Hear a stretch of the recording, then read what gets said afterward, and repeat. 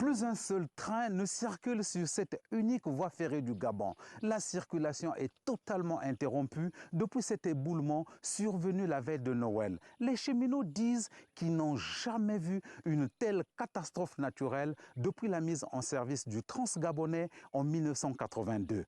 Une montagne de terre s'est déplacée. Elle a arraché près d'1 kilomètre de rails. Une partie se trouve sous terre, une autre dans le fleuve Ogooué qui borde le chemin de fer sur une très longue distance.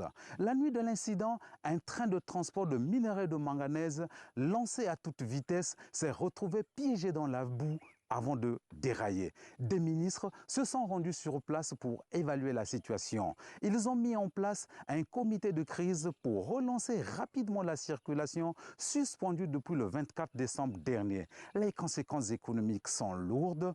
Tous les trains sont bloqués, le manganèse, le bois, les produits pétroliers et vivriers ne circulent plus. La voie traverse 5 de 9 provinces du pays. Des pénuries de carburant et une flambée des prix des produits de première nécessité sont redoutés dans le pays. Dans une conférence de presse, le directeur général de la CETRAG, Christian Mani, a affirmé que les autorités envisagent de faire transiter les marchandises et les passagers par la route. Mais de nombreuses routes sont dans un piteux état.